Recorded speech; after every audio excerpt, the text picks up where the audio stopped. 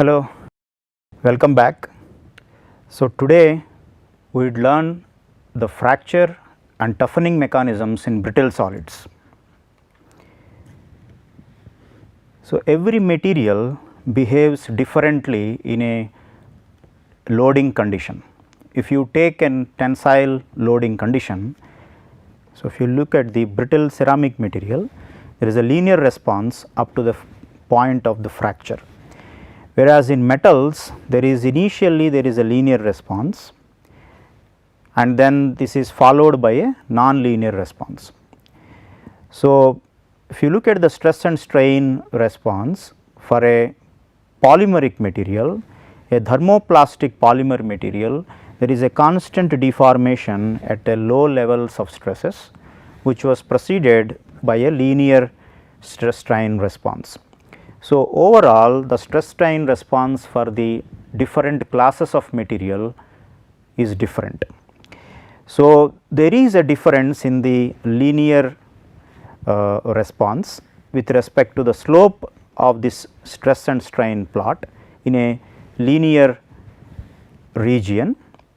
So, this slope is nothing but the elastic modulus, or we can call it as an stiffness parameter.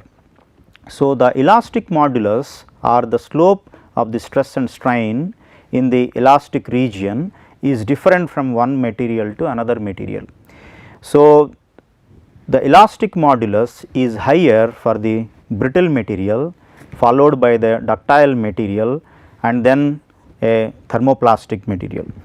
In addition to this elastic modulus difference, there is also difference in the total strain to failure, right. So, the failure occurs at a very less strain for the brittle material and a large strain for a ductile material, even larger strain for a thermoplastic polymeric material.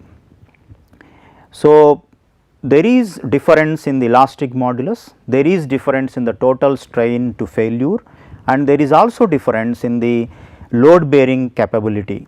So, all these differences can be understood by the science behind this mechanical behavior. So, let us see the mechanical behavior of ceramic material. So, generally ceramic materials are studied for their strength measurement in a compressive loading conditions. Because ceramic materials are brittle, so the shaping of the specimen to a tensile test specimen like I shape, right. So, this itself, making this shape is itself difficult for the ceramic material. If you somehow make this shape of this material for the tensile testing, even while gripping itself they may break, right. So, generally these materials are studied for their strength property in a compressive loading conditions. So, compressive strength for a ceramic material is generally 8 times larger than the tensile strength. So, tensile strength, if at all you can measure the tensile strength, it is very less for a ceramic material. The higher compressive strength will be highly significant in a tribological applications, right. So, ceramics are mainly used for tribological applications because of the higher strength. So, all these tribological applications there is a compressive loading condition. So, you get a maximum benefit if you use a ceramic material. In addition to that, the elastic modulus is also the highest for the ceramic materials. If you look at this slope, this is highest for the ceramic materials. So, elastic modulus is highest, so it has also got great relevance towards Hertzian contact damage resistance. So, both these properties make the ceramic materials attractive for the tribological applications. Let us understand such a behavioral difference from a ductile material to a brittle material. So, in a ductile material, when an external stress is applied, there is a resultant shear stress and then because of the shear stress these dislocations will be trying to move in a ductile material, whereas in a brittle material the crack will be propagating by breaking the bonds between these atoms in the adjoining planes. So, a propagation of crack will lead to a failure, generally it is a catastrophic failure, and so it is called a brittle failure, whereas this dislocation movement in a ductile material will lead to plastic deformation. So, you must note down these, the dislocation movement and the propagation of crack are present in both materials, but only the propagation of crack is dominant in a brittle material than the dislocation movement. So, you get a brittle fracture, that is a crack is propagating, they coalesce each other and then lead to fracture, so failure. Whereas in ductile material the dislocation movement is dominant than the propagation of a crack. So, you will have a effect, you will have a result as a plastic deformation, right.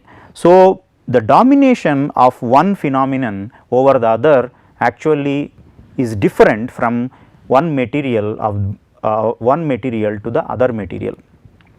Let us understand it more clearly, why there is a high toughness for the metallic materials, right.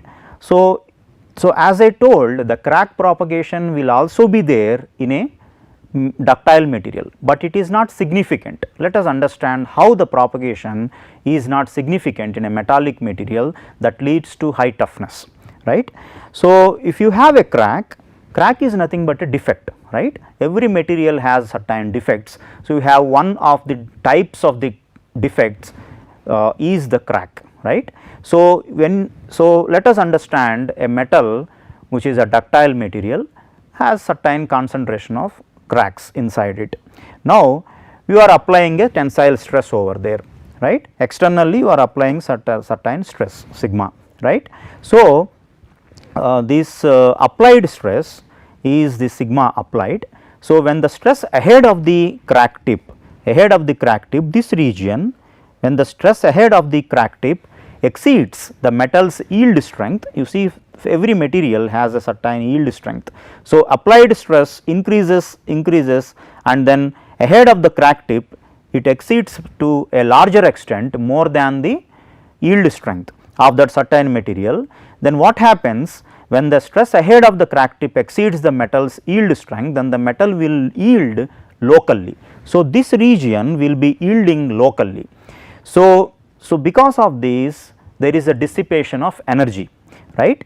So, because of the dissipation of energy, so certain fraction of energy is consumed for this local yielding. So, there is a dissipation of energy, so that blends the crack tip. So, when it blends, the sharpness is reduced, so it will not be propagated easily, so that eventually leads to toughness. So, why metals are tough? So, why metals are tough? Because of the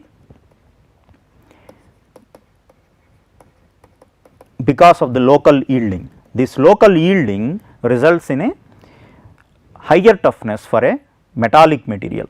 But let us understand the mechanical behavior of a brittle material, right. So, we have seen there is a highest compressive strength amongst the three material categories of brittle material, ductile material and a thermoplastic polymeric material.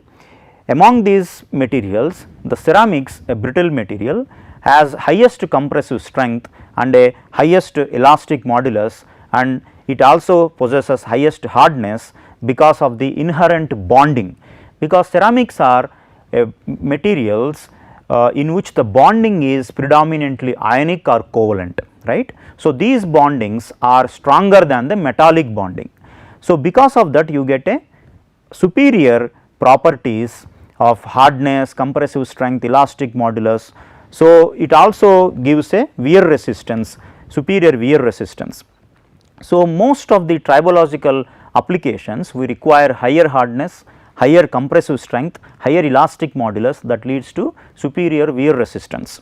So, but actually despite of having such such a superior combination of the properties, these ceramics are less used in applications, or we can say the applications are often actually restricted because of the only problem with the brittleness, right. Brittleness can be understood as easy propagation of the cracks that leads to catastrophic failure can be understood as a brittleness. So, brittleness, so you can see the stress and strain plot for two materials which are brittle, one is aluminum oxide and glass, right. You can see the stress and strain plot for aluminum oxide and glass. So, both materials are brittle, that means there is a linear response, right, and then after this there is a fracture, again there is a linear response and after this there is a fracture, only difference between them is the slope. So, elastic modulus is different.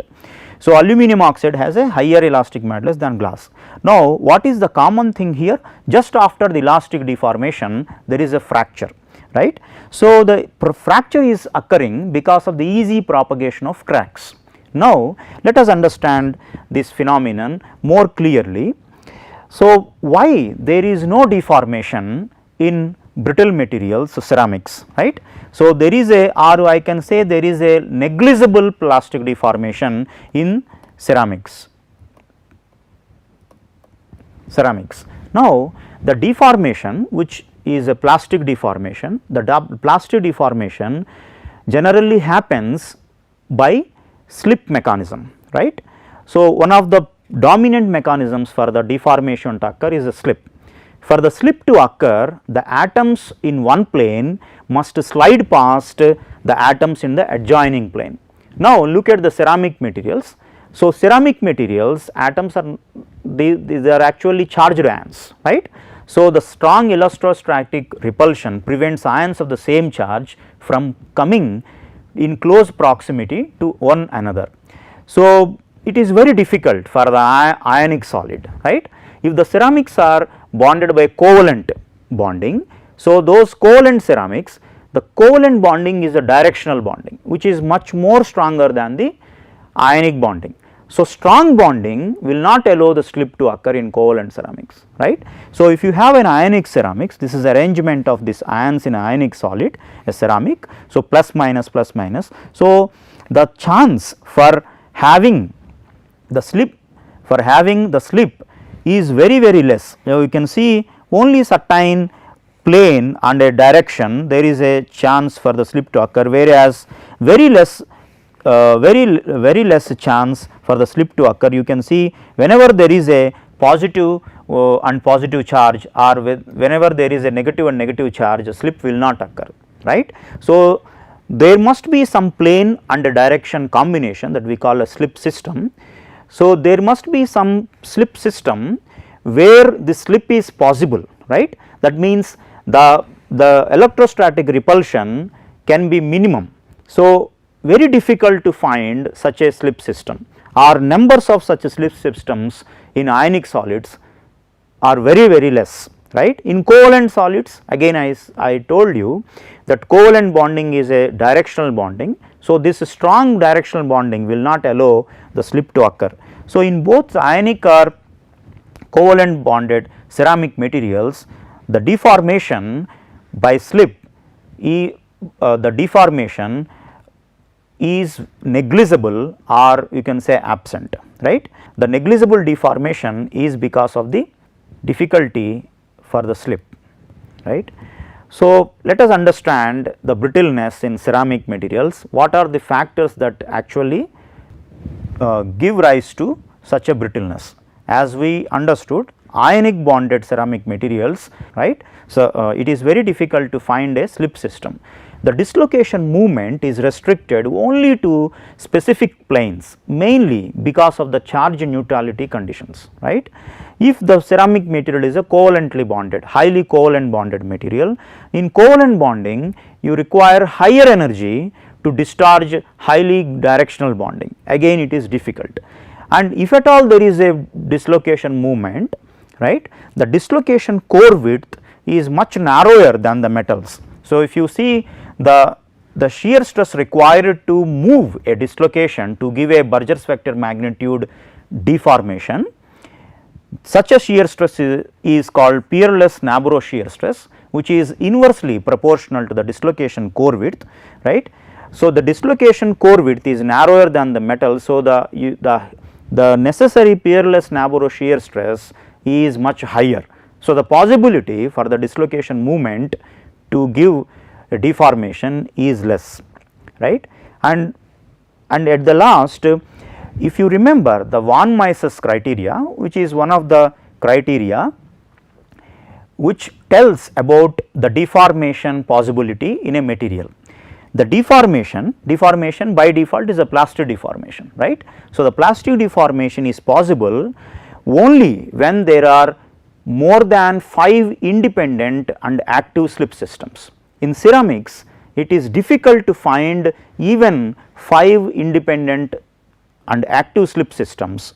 So, because of this factor, the deformation is much less, right. So, if you combine all these factors, I can state that difficult for a ceramic grain to change its shape by rotation.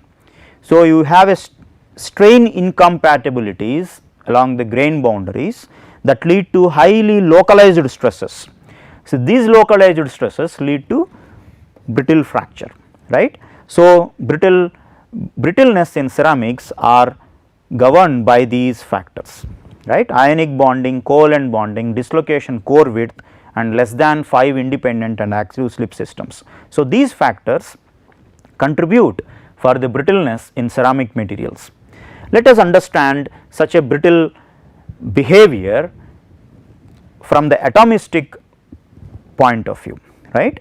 So, if you consider the bonding as like a spring like, right, as a spring like structure, right, spring like structure. So, you have certain in elastic response can be described as F equal to minus k into x, where this is F is the force, right, and k is the spring constant and x is the spring displacement, right. So, in an equilibrium position, there is the atoms are separated by an equilibrium distance. When they are subjected to external tensile stress, right. So, these atoms will be stretched, right. When the atoms are stretching, so you have a displacement more than the equilibrium displacement, right. So, because of this stretching, there is a rupture in the bonding that leads to fracture, right. So, along this plane there is a fracture. If you have the fracture is occurring because of this rupture that leads to cracks, right. The cracks will be having very high concentration at the crack tips. So, the crack propagates further and leads to fracture, right. Let us understand this crack influence on the brittleness, right. So, ceramics are processed generally by sintering. So, while sintering, so you have certain cracks already generated. Now, when an external stress is applied and the external stress is applied in a tensile manner, that means under tensile loading conditions. So, the largest crack with most favorable orientation would propagate in a direction perpendicular to the tensile axis, right. So, this crack will be propagating unstably and then they coalesce each other and then form a fracture plane and then the material will be failed. In case of compressive loading conditions, what happens? The cracks oriented closer to the axis of the compression are more likely to grow. So, that means cracks orient to as close to that of the compression axis before further growth. Now, you see the pre-existing crack and because of this orientation there forms a secondary cracks, right. So, there is a difficulty in the propagation of such crack, right. So, the difficulty in propagation of such a crack under compression loading condition also explains the exceptional compression strength that we saw around. Compressive strength is 8 times than the tensile strength for the ceramic materials. So, generally what happens in the tribological conditions, because of the compression loading, those cracks will be closed at the surface. So, there will not be propagation further, or I must say there is a difficulty in propagation of such a crack in compression loading conditions. So, they are mostly appreciated in this tribology. So, ceramics are used because of their exceptional compressive strength. Let us understand the behavior of this crack by a fundamental theories, right, fundamental theory. So, there are actually two major theories that explains the brittleness of a material, right. So, a brittleness, or we can say the fracture of a solid material, can be understood by the concept of stress concentration at the crack tip. So, that was proposed by Inglis. So, it is called Inglis theory. Now, let us have a material, right, and then we have a crack at the edge, or there may be a crack inside the material, right. So, if you take a plate, right, that means the thickness is negligible. So, if you apply a tensile stress, so what happens, these crack will be expanding, right. So, and at the crack tip there is a large amount of stress concentration. The stress concentration at the crack tip edge can be described by the external applied stress and the crack size. If this is a crack edge C, or if the crack is inside the material 2C, right, this is 2C. Rho is the radius of curvature at the tip. So, for a condition having the C much larger than this rho, we can actually simplify the sigma maximum is 2 sigma into under root of C by rho, right. This sigma is the applied stress. So, stress concentration will be higher for the longer cracks and higher for the sharper cracks, right. So, if the crack is sharper, we will have stress concentration higher. If the crack length is large, then you have stress concentration. If the crack is sharp, you have higher concentration. If the length of the crack is more, then you have higher concentration. So, according to this Inglis theory, the fracture will take place when this stress concentration is equivalent to the theoretical cohesive strength, right. So, these theories are based on the mainly the rupture of these bonds and at the interatomic level. So, the interatomic bonds are broken and then it leads to the crack, and coalescence of this crack leads to fracture, right. But this was studied, this was found that every material has a strength less than the theoretical strength. Why? Because of the presence of defects. One of the defects is this crack, right, one of the defects is this crack. So, according to Inglis theory, the fracture will take place when sigma maximum equal to sigma theoretical. So, if you equate them, the theoretical strength to this maximum stress concentration, so you get this E is the elastic modulus, gamma is the surface energy, E0 is A naught is the interatomic distance, right. So, for a condition where the radius of the curvature at the of the crack tip equal to the interatomic distance, this is mostly possible, then you get a sigma equal to E gamma 4C power 1 by 2. So, this sigma is what we call fracture stress. So, you can actually understand the fracture stress is inversely proportional to square root of the crack length, right. So, in another theory which is based on the energy criterion, this was proposed by Griffith. So, it is called Griffith theory.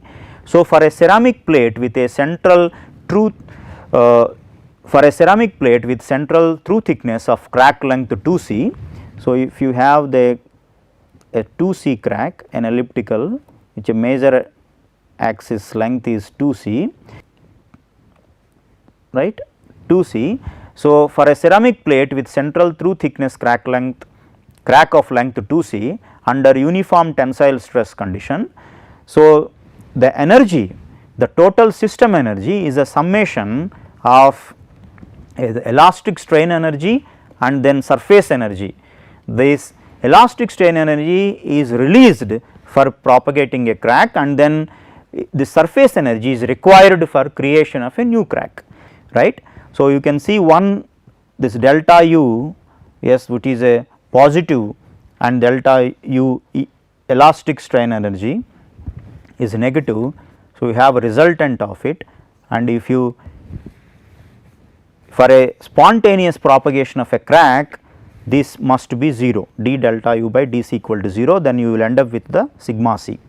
So, d delta u by dc equal to 0. So, and if you can rearrange them, then you will get a sigma, that is the stress at which the fracture happens. We call that the critical stress, sigma c is the critical stress, is equal to under root of 2 gamma e by pi c star. C star is the critical crack length. That means, you have several cracks, the crack which is equivalent or more than the critical crack length, that will be contributing to the fracture, right. So, I can say in either way, fracture will occur if the applied stress is more than the critical stress here, right, or the crack length C is more than or equal to this critical crack length C star. The stress intensity factor K can be described as this, right, K equal to y into sigma into under root of pi c. So, y is a factor that depends on the location of the crack or orientation of the crack and even the loading condition. So, this K equal to y into sigma into under root of pi c, right. So, there are actually 3 modes of the crack opening. Mode 1 is like a tensile mode opening, this is tensile, right, and mode 2 sliding, mode 2 is the sliding mode, mode 3 is like a tearing. So, out of these crack opening modes, the tensile mode is considered to be the most dangerous, right. So, because when the crack is opening in a tensile direction, what happens, they can coalesce each other and then form a larger crack, the size of which can be more than the critical size. So, that will lead to fracture, right. So, the tensile mode is considered to be the most dangerous among the 3 modes, and most failures of brittle solids are largely due to the mode 1 failure. So, most of the studies are done in the tensile mode, crack opening mode, and then the stress intensity factor is called K1C. So, C is for the critical, this is one is mode 1 crack opening, K for the stress intensity factor. So, the critical stress intensity factor in mode 1 crack opening is equal to y into sigma c under root of pi c star. So, C star is the critical size, right, of the crack, and sigma c is the critical stress. Then this K1C can be described as a fracture toughness. We will see what is fracture toughness, how to measure it in another class, but the fracture toughness, the stress intensity factor is a parameter which is generally noted as a fracture toughness parameter. That is, fracture toughness can be defined as resistance against propagation of already existing crack. That means, crack has a certain length, right. So, in tribological application, the external force induced the K1 value should not exceed this critical value of the K1, that we call K1C of that material. So, every material has its own specific K1C, that means the K1C, which is fracture toughness, is the material parameter. So, we must also understand that the K1C value for a ceramic material is much lesser than the K1C value for a ductile metallic material. This unit for this K1C is MPa root meter, right. So, for a plain carbon steel, the K1C value is found to be around 100 MPa root meter, whereas the ceramic material, the K1C value is always less than 10 MPa root meter. That means the K1C value, the fracture toughness is almost 1 order lesser than the fracture toughness of a ductile material. So, again the K1C is dependent on the size of this crack and as well as the this critical stress, right. So, let us understand more with the cracking characteristics in a brittle material. So, cracking can be a conical cracking or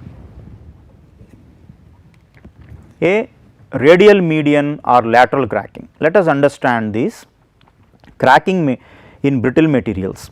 So, if you have a material which is indenting on the surface, or I must say the loading is a continuous distributive loading, right. This can be possible for with a spherical indenter or a spherical shaped body which is being loaded on the surface of this brittle material, right. So, what happens during this continuous loading with a blunt indenter? So, you can see the blunt indenter here. So, when it is touching and then you are applying load, you are increasing load, what happens? This material will crack at the edges, right. Crack initially forms at the indent edges and thereafter it propagates, but propagates at an angle downwards, right. So, as you are increasing the load, this crack will be propagating at an angle downwards. So, the entire crack pattern evolves to the conical geometry when you are unloading it, right. It increases, again it increases in length, and then when you are unloading, so it becomes more conical and then you will see this conical crack, right. There can be cracks, radial, median and lateral cracks in a brittle material. So, this can be possible with a sharp indenter, right. With a sharp indenter, so during initial loading the radial median cracks, you see this radial median cracks develop from the highly deformed zone just beneath the sharp indenter.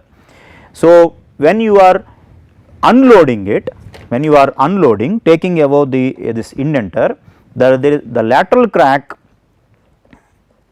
pattern develops along the transverse direction. So, while unloading this crack will be propagating further, and with complete unloading the fully developed lateral cracks will intersect at the surface, free surface, and this material is removed, right. This material is removed.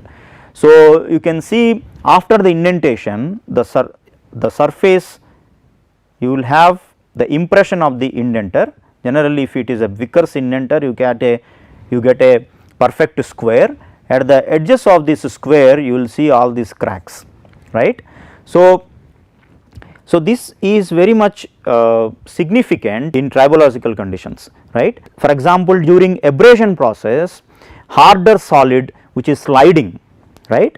So, that creates a multiple overlapping such lateral cracks. So, this lateral crack induced fracture is much more found in brittle materials, and such a fracture leads to the material removal called wear. So, this kind of cracking is more relevant in wear, right. So, if you look at this study of this indentation load versus the size of the crack, in either it is a radial crack or the conical crack, you see the severity of the mechanical wear damage with increase in the load, right. Severity of mechanical wear damage will increase with the increase in the load, right, increase in the load. So, there is a crack propagation that leads to failure that we call brittle fracture, right. So, if from the fundamental aspect, if the interaction between a growing crack and the microstructure can absorb certain amount of the energy available at the crack tip stress field, right, crack tip stress field, then the driving force for the crack propagation will be lowered. So, what happens? This becomes more blunted. When it becomes blunted, so you will have less chance for the propagation of such a crack. That means, in other words, the crack opening displacement will be consequently reduced. As a result, the crack tip will be blunted. Once the crack tip is blunted, it is very difficult to move, right. The propagation is restricted. So, you get a fracture toughness improvement. So, if you can find out a microstructure, or if you can generate a microstructure, if you can develop a microstructure, such a mechanism will be possible to improve the resistance against the crack growth, right.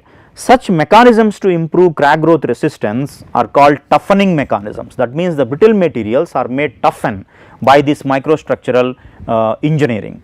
So, the toughening mechanisms in brittle materials are mainly two types, right. One is the processing zone mechanism, another one is the bridging zone mechanism.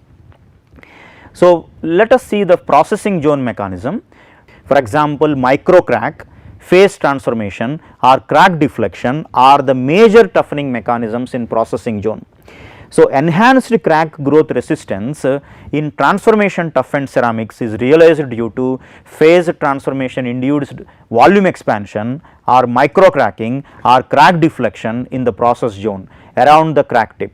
So, in case of transformation toughening, for example, a transition from a tetragonal zirconia to monoclinic zirconia. So, this tetragonal to monoclinic zirconia in the crack tip stress field involves volume expansion. Generally, this volume expansion is around 4% to 5% volume expansion. So, because of the volume expansion, the material adjacent to or the adjacent to this crack tip will be monoclinic, right. There is a transformation. So, there is a material which is transformed to monoclinic, but in the vicinity of the crack tip, whereas the other material is still in the tetragonal zone.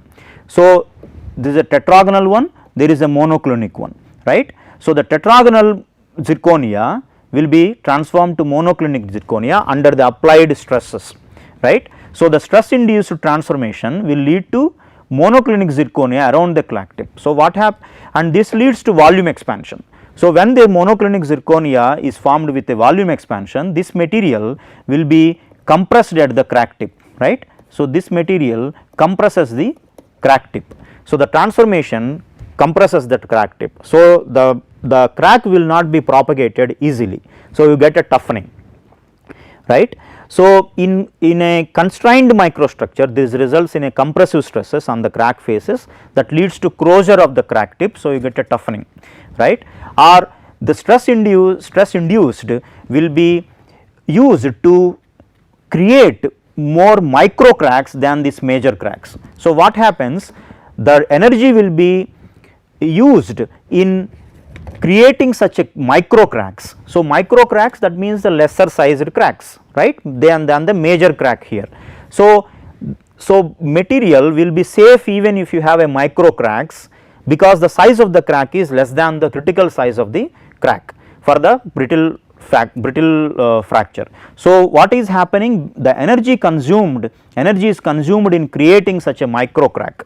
So, micro cracks will also compress this one, and as well as energy required to move this major crack will be reduced. So, you get a toughening.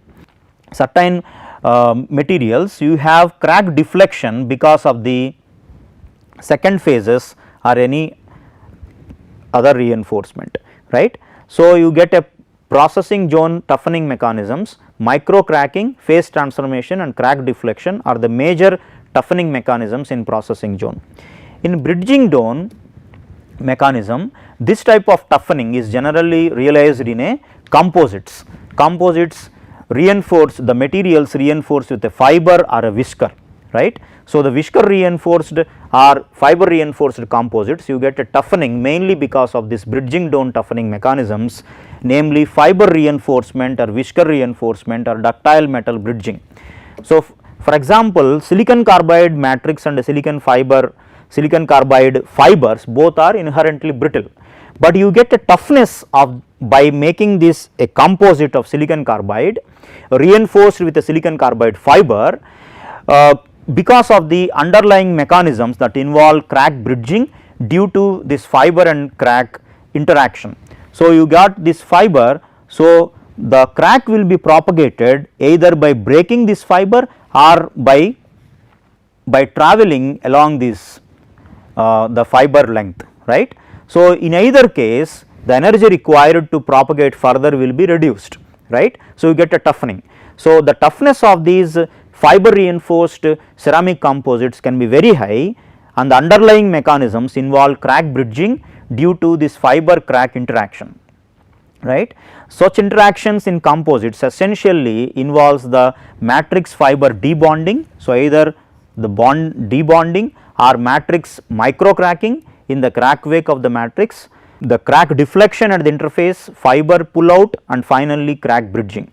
So, you get a toughening, right. So, you can see several examples schematically shown here.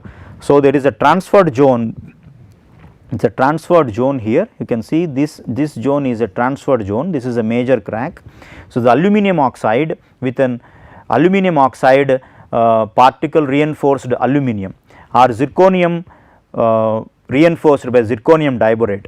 So, in a composite material, the extent of fiber pull out as well as the properties of the matrix fiber interface strongly determines the toughness improvement, right. You can see this monolithic material, stress versus strain response for a monolithic material, and this is a fiber reinforced composite material. So, you can see the first the matrix is cracked, right. So, you can see there is a decrease in the stress, and then there is a ultimate tensile strength, right, it reaches, and fiber is pulled out. So, there is a serration. So, large numbers of serrations here. So, you can see the toughness actually is improved, the area under the curve is improved, which is a measure for the toughness with as compared to monolithic material, right, this is the area. So, you get a maximum improvement in the toughness if you use the fiber as a reinforcement in a composite. So, fiber toughening is also accompanied by the modulus enhancement. You can see this slope is increased here, and this is governed by the rule of mixture. The fiber reinforced composites, however, have their own limitation, which includes expensive production cycle, anisotropic properties with higher property along fiber direction, right. So, finally, there is one material called cermet, in which the ceramic grains are bonded by a metallic binder. So, in that material we call that material as cermet, because ceramic and a metallic both phases are present. So, in the crack tip stress field, the ductile flow of the metallic materials, metallic particles leading to bridging of the crack faces reduces the available driving force for the crack propagation. For example, tungsten carbide cobalt cermet material decreases with lowering of cobalt content. So, the amount of cobalt content is also an important factor in getting a proper improvement in the toughness. From the material development point of view, the critical amount of cobalt is required to facilitate the liquid phase sintering, and the balance of the hardness and toughness demands the tailoring of cobalt content, right. The toughness is improved either of these toughening mechanisms. So, these toughening mechanisms can be more than one, they may act simultaneously, but in certain cases we see the domination of one toughening mechanism than the other. So, we say certain mechanism is mainly responsible for the toughness. So, if you have a toughness improvement in combination with the hardness and elastic modulus improvement, you get a better wear resistance. So, in coming classes we will also see certain examples where the toughness can be improved by microstructural engineering, that means by incorporating such mechanisms of toughening. So, by toughening, by improving the toughness, we will see the resistance against the wear will also be improved, right. Thank you.